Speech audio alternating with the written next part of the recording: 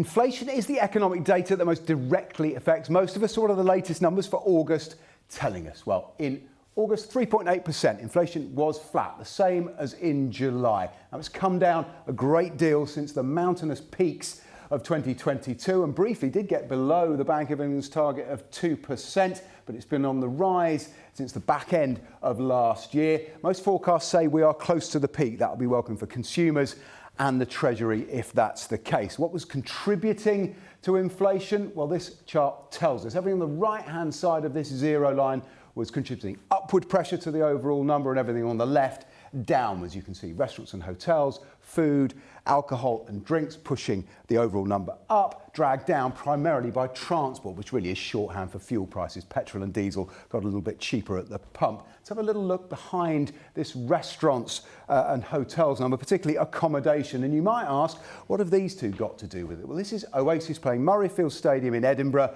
at the second week in August, when some analysts think the ONS collected the data they use for their accommodation figures. So Noel and Leah might have pushed up prices. Did Oasis cause a spike in inflation and hotel costs? Well, not definitely, but maybe. What we do know for certain is that food inflation is on the rise, above 5% now, 5.1% in August. Meat prices, dairy, cheese particularly pushing prices up, been on the march for the last 5 months.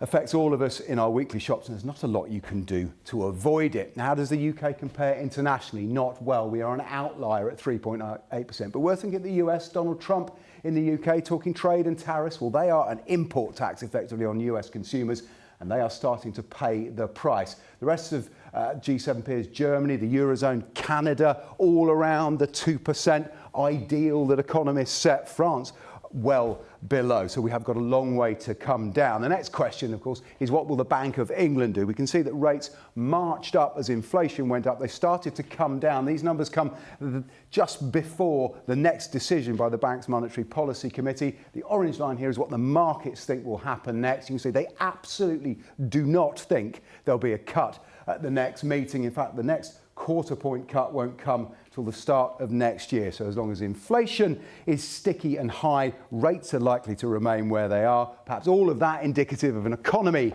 that's a little bit stuck too.